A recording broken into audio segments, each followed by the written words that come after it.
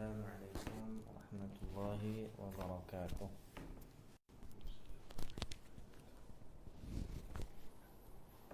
الحمد لله رب العالمين، والصلاة والسلام على سيد الأنبياء والمرسلين وعلى آله وصحبه أجمعين. سبحانك لا علم لنا إلا ما علمتنا إنك أنت العليم الحكيم، ولا حول ولا قوة إلا بالله العلي العظيم. رب يسر ولا تعسر، ربي تمم بالخير، ربنا افتح بيننا وبين قومنا بالحق وأنت خير الفاتحين. Belum ada orang tengok lagi ni. Belum ada orang tengok lagi. Live tu ada mata pun ada orang tengok kan. Nunggu. Lihatlah dulu. Ada orang masuk tu. Kau cakap seorang-seorang pula gunung. Tapi kan bila dia publish nanti semua ni masuk lah. Tak apa. Ya. Tak apa. Baik.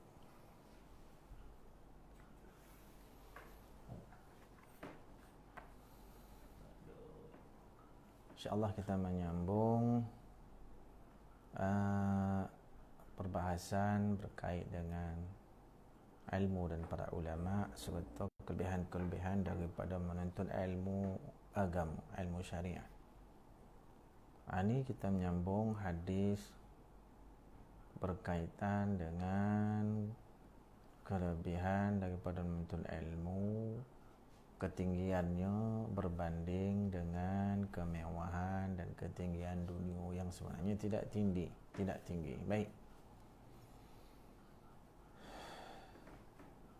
قال المؤلف رحمه الله تعالى ونفعنا والمسلمين به وبعلومه في الدارين آمين.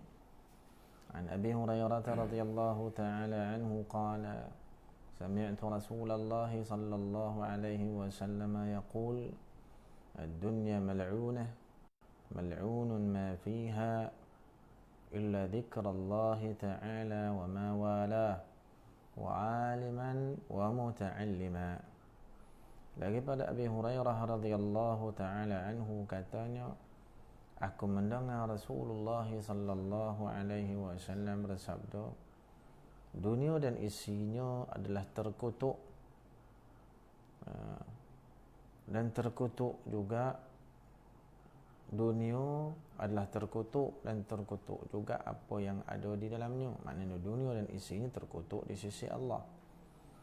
Illa dzikrallahi ta'ala, melainkan hal-hal mengingati Allah, wa ma walah, dan apa saja yang berkaitan dan yang menjurus kepada mentaati dan mengingati Allah, wa aliman wa muta'allima, suatu orang alim dan orang-orang yang menuntut ilmu. Hadis riwayat Ibn Majah, Tirmizi dan Al-Baihaqi rahimahumullahu ta'ala.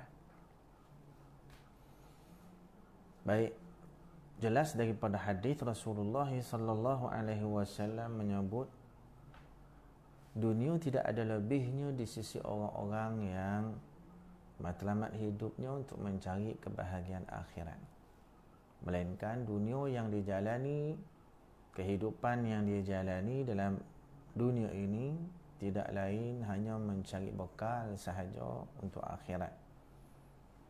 Rasulullah sallallahu alaihi wasallam menyebut dalam hadis, ad-dunya mablaghatun lil akhirah atau kama qala. Dunia ini hanya penyampai kepada akhirat.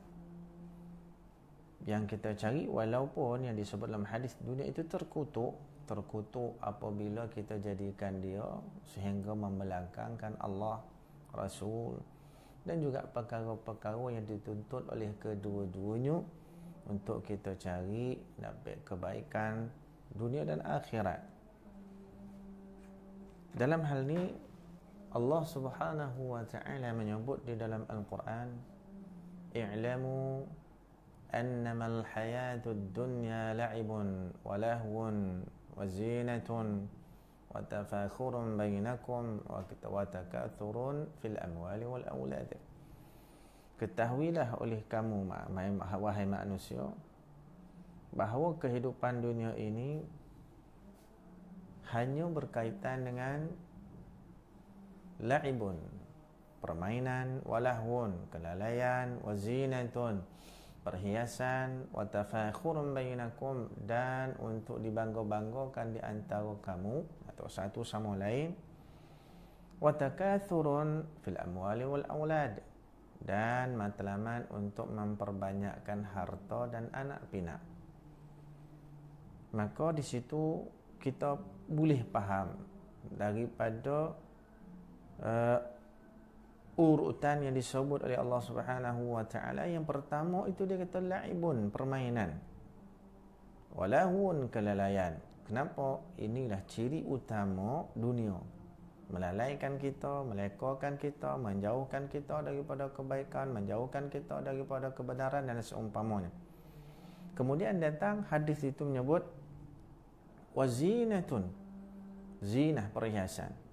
Dalam ayat Quran surah Ali Imran, Allah Ta'ala sebut zuyyina lin-nasi hubbus syahawat minan nisa. Di antara yang diberikan oleh Allah Ta'ala secara khusus bagi orang lelaki hidup dunia ini, perhiasanlah perempuan. Maka dengan sebab pengaruh perempuan, boleh jadi baik, boleh jadi jahat. Perempuan yang kita cari cirinya salihah, dijadikan pasangan hidup, isteri, daripada itu lahir anak-anak yang mudah-mudahan salih salihah, itu akan jadi kebaikan bagi kita. Sebaliknya perempuan-perempuan yang fasaqah, perempuan-perempuan yang jahat dan sebagainya, itu akan jadi sebab kalau kita terpengaruh pada dia, jadi sebab keburukan bagi kita. Jadi sebab itu selepas Allah Ta'ala sebut la'ibun walahwun, yang jelas nyata itu sebab kepada kita membelakangkan agama. Kemudian datang wazinatun, wazinatun, perhiasan. Yang ni boleh jadi elok, boleh jadi tak elok, boleh jadi baik, boleh jadi jahat. Maka kita lah yang diberi akal di Allah Ta'ala boleh menilai dan memilih. Kemudian disebutkan watafakhurun bainakum, berbangga-bangga di antara kamu. Ini juga terbagi kepada dua. Ada orang berbangga dengan kejahatan, ada orang berbangga dengan kebaikan. Sebab itu dalam satu hadis Nabi sallallahu alaihi wasallam menyebut kafa bil mar'i, memadailah bagi seseorang itu berbangga dia dengan iman dan kebaikan yang Allah Ta'ala beri pada dia. Bangga dalam erti kata syukur, terima kasih pada Allah Ta'ala. Ada lagi bangga yang kalau kita membangga-banggakan dia, menjadikan kita lupa dengan hal-hal agama dan akhirat. Bangga dengan kedudukan kita, bangga dengan harta dan kekayaan kita, bangga dengan kecerdikan kita, ilmu banyak dan sebagainya. Bangga ini lebih menjurus kepada takabur dan sombong. Dalam hadis Rasulullah sallallahu alaihi wasallam sebut man tawadha'a lillahi rafa'ahu Allah wa man takabbara wada'ahu Allah, atau kama qala. Barang siapa yang tawadhu' kerana Allah, Allah tinggikan dia. Dan barang siapa yang sombong dan takabur, Allah rendah dan hinakan dia. Iyadillah. Jadi watafakhurun bainakum, berbangga-bangga di antara kamu, watakathurun fil amwali wal aulad. Ini lagi ciri kehidupan dunia, memperbanyakkan harta dan anak pinak. Salah tak memperbanyak harta dan anak pinak? Tak salah. Yang salah bila kita harta banyak, cari pagi petang siang malam dapat, kita usaha jadi, kita berjaya kita, akhirnya kita dapat kekayaan yang melimpah ruah, sehingga kekayaan itu menjadi sebab kita dah tak ada masuk dengan urusan masjid, urusan majlis ilmu. Bahkan kita merasakan duit itu jauh lebih penting daripada hanya ilmu-ilmu akhirat. Harta benda dan duit ringgit itu lebih berharga daripada ganjaran pahala dan kebaikan. Kita merasakan dunia ini lebih penting berbanding akhirat yang bersifat kekal selama-lama. Kita rasa harta dan duit ringgit ni seolah-olah kekal yang membantu kita dalam urusan kubur kita. Itu yang jadi masalah. Tetapi kalau harta banyak, sumbangkan pada jalan agama, sumbang pada perkara-perkara kebaikan. Sesuai dalam hadis, bahkan dalam Quran banyak Hadis pun banyak cerita tentang harta yang kita berikan pada jalan agama. Bagi saya tidak perlu kita hurai panjang lebar sebab kita semua faham dah. Cuma kita ambil lah sikit yang Allah Ta'ala sebut di dalam Al-Quran. Inna Allah ashtara minal mu'minina anfusahum wa amwalahum bi anna lahumul jannah. Sesungguhnya Allah Ta'ala membeli daripada orang-orang beriman itu jiwa mereka dan harta benda mereka dengan Allah bayar syurga. Ini di antara umum, memadai dengan ayat itu kita boleh faham. Selain daripada itu hadis Rasulullah sallallahu alaihi wasallam bersabda, wajabat mahabbati lil mutahabbina fiyya wal mutajalisina fiyya wal mutazawirina fiyya wal mutabadilina fiyya atau kama qala. Satu hadis qudusi Allah Taala firman, pastilah seseorang itu akan memperoleh kasih sayangku, yang berkasih sayang kerana aku, berkawan kerana aku, ziarah menziarahi kerana aku, dan terakhir yang menyumbangkan harta bendanya kerana aku. Itu jelas berkait dengan harta benda. Selain daripada itu juga Rasulullah sallallahu alaihi wasallam menjelaskan dan menggambarkan bagaimana harta benda yang kita peroleh dalam hidup atau dunia akan dipertanggungjawab oleh Allah Ta'ala. Kalau baik, selamatlah kita. Kalau sebaliknya, wal'iyadzubillah, akan jadi sebab kesengsaraan bagi kita. Macam mana hadis, la tazulu qadama 'abdin hatta yus'ala an arba'. Tidak akan ke mana-mana dua kaki anak Adam itu sehingga dia ditanya tentang perkara. An umrihi fima afnah, wa an jasadihi fima ablah, wa an umrihi fima afnah, wa an jasadihi fima ablah, wa an dan terakhir rompek semua. Pertama tentang umurnya, apa yang dia usahakan. Kemudian an jasadihi fima ablah, tentang jasad tubuh badannya dia gunakan dan dia usahakan untuk apa, tenaga dan sebagainya. Wa an ilmihi, tentang ilmunya, dia amal ke tidak. Kemudian terakhir, wa an malihi min aina iktasabahu wa fima anfaqah, dan tentang harta bendanya, daripada mana dia peroleh dan kepada mana dia sumbangkan. Itu hadis berkait dengan harta secara khusus di situ. Baik. Kemudian Nabi kata, selepas Nabi sallallahu alaihi wasallam menyebut dunia itu terkutuk, isinya juga terkutuk, melainkan pengecualian, makna dia ini tidak terkutuk. Zikrullah Ta'ala, mengingat Allah. Hadis ini umum, tapi kalau diperincikan banyaklah cabang daripada mengingat Allah. Baca Quran ingat Allah, bahkan semayang fardu 5 waktu tu ingat Allah juga, daripada yang sunat-sunat semayang tu mengingat Allah. Itu yang besar. Yang kecil-kecil dengan tasbihnya, tahmid, takbir, tahlil, haulaqah, semua yang kita sebut membesarkan Allah, mentaqdiskan Allah. Bahkan berkait dengan salawat yang banyak, cara salawat itu semua termasuk dalam makna zikrullah. Dalam hal ini Allah Subhanahu wa taala sebut dalam Al-Quran, ya ayyuhalladzina amanu dzkurullaha dzikran katsira. Wahai orang-orang yang beriman, hendaklah kamu zikir kepada Allah, hendaklah kamu sebut dan ingat akan Allah Subhanahu wa taala banyak-banyak. Zikrullah. Dalam ayat yang lain, Allah Subhanahu wa taala sebut juga, alladzina yadhkuruna Allaha qiyaman wa qu'udan wa 'ala junubihim wa yatafakkaruna fi khalqis samawati wal ard, ila akhir al-ayah. Allah sebut mereka yang mengingat dan menyebut Allah Subhanahu wa taala dalam keadaan duduk. Alladzina yadhkuruna Allaha qiyaman, berdiri, wa qu'udan, duduk, wa 'ala junubihim, dan dalam keadaan baring. Kesemua keadaan, dan dalam keadaan kita menyebut Allah Ta'ala itu banyak-banyak. Itu akan jadi sebab kepada terelak daripada makna yang disebut dalam hadis terkutuk. Kemudian wa ma wala, apa saja yang berkaitan dengan mengingat Allah. Contoh dalam majlis ilmu juga kita katakan mengingat Allah, zikrullah juga.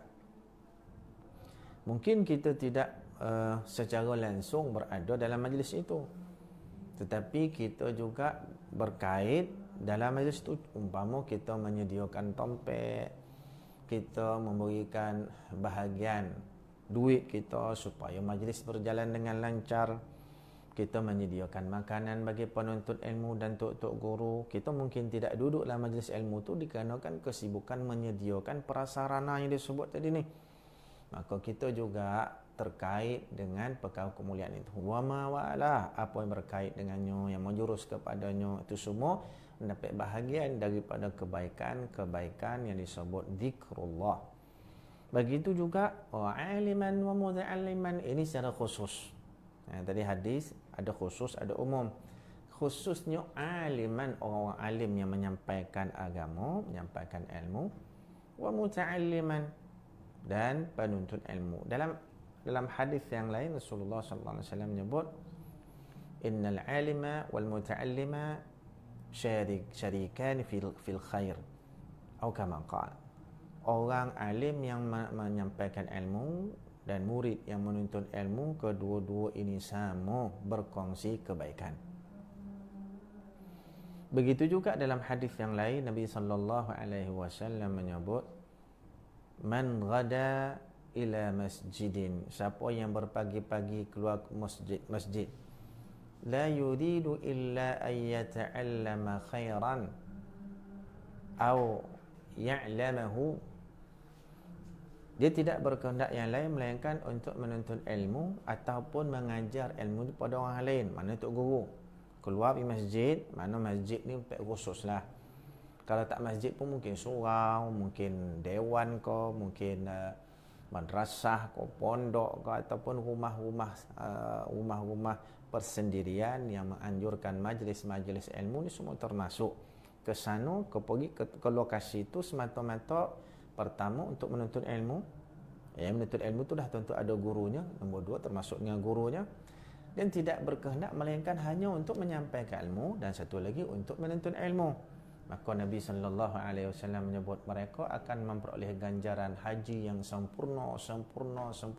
Dalam satu riwayat disebut 3 kali, satu riwayat yang lain tidak. Tetapi secara pasti ganjaran pahalanya seumpama memperoleh haji yang sempurna. Berkait secara khusus tentang haji yang sempurna, Rasulullah sallallahu alaihi wasallam menyebut al-hajjul mabrur, haji sempurna dah tentu dalam makna haji mabrur, makna dia haji yang diterima oleh Allah Taala. Al-hajjul mabrur laisa lahu jazaan illa al-jannah. Al-hajjul mabrur, haji yang mabrur, tidak ada satu ganjaran, satu balasan baginya melainkan syurga. Dan kalau kita ambil secara khusus tentang menuntut ilmu, yang disebut juga dalam hadis Nabi sallallahu alaihi wasallam kata, man talaba al-ilma, barang siapa yang menuntut ilmu, famata wa huwa fi dhalika al-hal, maka dia mati dalam keadaan dia masih lagi menuntut ilmu, fahuwa kal mujahidi fi sabilillah, dia seumpama pejuang yang berperang di jalan Allah Subhanahu wa taala. Dalam satu riwayat lain, famata wa huwa fi dhalikal hal wa man talaba al-ilma wa mata famata thumma mata wa huwa fi dhalikal hal famata shahidan atau kama qala. Barang siapa yang menuntut ilmu kemudian mati dia dalam keadaan menuntut ilmu itu, maka matinya mati syahid. Itu kata Rasulullah sallallahu alaihi wasallam. Mati syahid dia. Walaupun begitu, mati syahid masuk kata tu mati syahid akhirat, yang kalau matinya dalam keadaan menuntut ilmu wajib dimandikan, dikapankan, disembahyangkan dan seterusnya dikebumikan di tanah perkuburan orang Islam. Adapun orang mati syahid perang di jalan Allah, haram dimandikan, haram dikapankan, bahkan ditanam dengan pakaian-pakaian yang masih berdarah, pakaian-pakaian yang dia bawa pergi perang tadi tu. Kata ulama pasal apa, bahkan disebut dalam riwayat, kesemua tu akan jadi saksi pada Allah Subhanahu wa taala tentang syahidnya dia. Darah akan jadi saksi, luka-luka dia akan jadi saksi, pakaian dia akan jadi saksi dan seumpama. Baik. Kita berpindah kepada hadis yang seterusnya. Jadi kan kalau tuan-tuan nak tanya, kan boleh tanya. Alhamdulillah yang mengikuti live kita dah sampai tahap 2 juta ya. Baik. An Abi Hurairah radhiyallahu taala anhu anna Rasulullah sallallahu alaihi wasallam qala man da'a ila hudan kana lahu min al-ajri mithla ujuri man tabi'ah la yanqusu dhalika min ujurihim syai'a. Baik, ini satu lagi kelebihan yang perlu kita rabutlah sebab kita kadang-kadang fikir baik tak baik benar. Kelaku pun tak semonggah. Amalan tak seberapa, ilmu pun tak banyak. Tu kita lah termasuk saya ni. Ini satu ruang bagi kita kan. Dengan kecanggihan teknologi yang ada, ni boleh kita amal. Apa kata hadis daripada Abi Hurairah radhiyallahu taala anhu berkata bahawa Rasulullah sallallahu alaihi wasallam bersabda, barang siapa yang menyeru kepada petunjuk, maka baginya pahala seperti pahala yang diperoleh oleh orang-orang yang mengikutinya, walaupun begitu pahala mereka tidak berkurang barang sedikit pun. Maksud dia, kalau kita mengajak kepada kebaikan, kita belajar dalam kelas, ada kawan kita tak datang, kita pun share dengan dia apa yang kita belajar. Itu kadang-kadang bahkan banyak keadaan yang kita belajar, kita tak mampu amal semua, kita tak mampu buat semua. Maka apa poin-poin penting yang kita dapat dalam kuliah, dalam majlis ilmu, kita pun catat. Kemudian kita pun masuk dalam Instagram ko, FB ko, WhatsApp ko. Dia banyak media sosial yang boleh kita guna pakai untuk kebaikan. Dia untuk yang tak elok pun ada, tapi kita gunakan untuk yang elok-elok. Kita nak kaitkan dengan hadis ni. Man da'a ila hudan. Siapa yang menunjukkan kepada petunjuk, siapa yang menunjukkan kepada kebaikan. Dia dapat kita poin-poin penting yang kita rasa memang elok kita share dengan siapa-siapa pun. Kita pun masuk dalam WhatsApp, kita post kat kawan. Kawan post pula apa pun, sampai kawan-kawan yang merata tompek, merata corok dunia baca. Kita kawan kata 10 orang. Yang 10 orang kawan kita tu, setiap satu ada 100 orang pula kawan dan kenalan. Setiap satu tu pula ada 30, 60, 70 dan sebagainya. Kesemua tu dapat daripada mula-mulanya kita share ni. Kalau dalam bab perniagaan, founder lah. Kita punya downline ni banyak. Kita founder. Agak-agak kalau dah downline tu melampu banyak agak kaya tak kita? Jutawan kita. Maka kita nak juga jutawan yang bukan hanya dari sudut nilaian ringgit ataupun harta benda. Kita juga nak jadi jutawan dari sudut banyak ganjaran pahala. Kadang-kadang founder ataupun upline ni dia pun tak tahu. Masuk buka account dah ada 60,000, dah 50,000. Dia pun terkejut, macam mana jadi macam ni?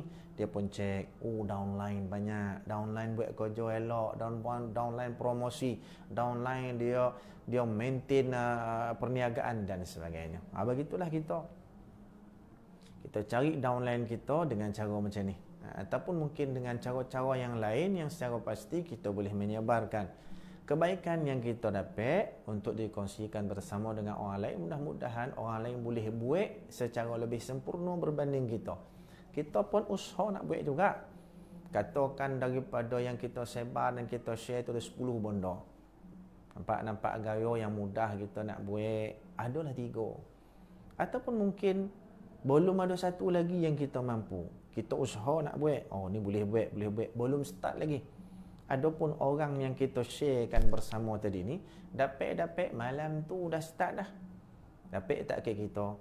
Dapat, bahkan gambarannya disebut dalam hadis, la yanqusu dzalika min ujurihim syai'a. Kita belajar ada 10 poin kita hantar. Mula hantar tu kat seorang lah. Seorang tu hantar lagi.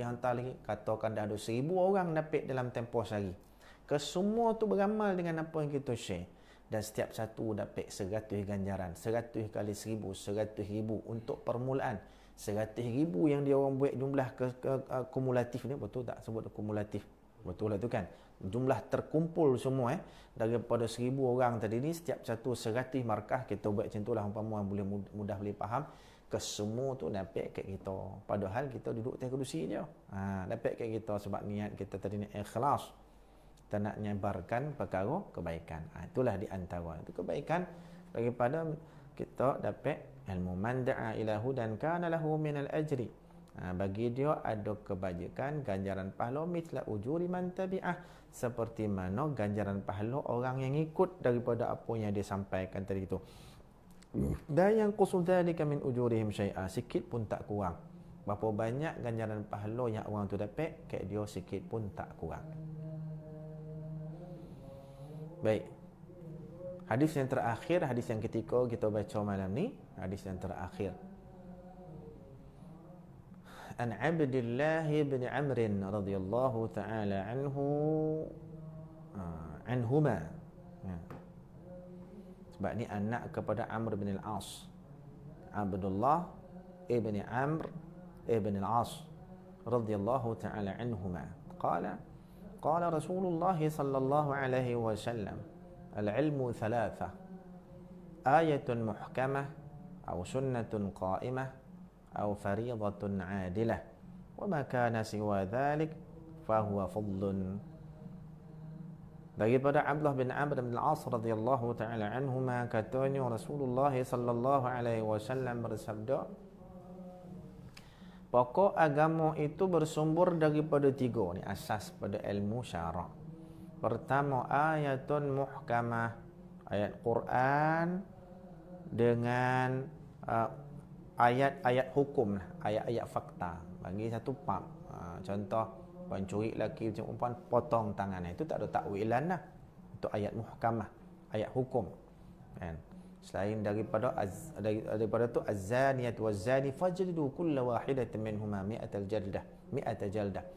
Penzina perempuan dan laki-laki hendaklah dirotan kedua-duanya dengan 100 kali rotan. Dia hurai dia hadis semua tu selagi mana dia tidak berkahwin. Kalau anak dara dan orang bujang berzina, 100 kali rotan. Tapi kalau dah berkahwin, farjuhumal battah, kata Nabi SAW dalam hadis yang sahih, hendaklah dirajam sampai mati. Wal'iyadu billah. Baik, itu yang pertama. Yang kedua, sunnatun qa'imah, atau sunnah yang qa'imah, yang didirikan.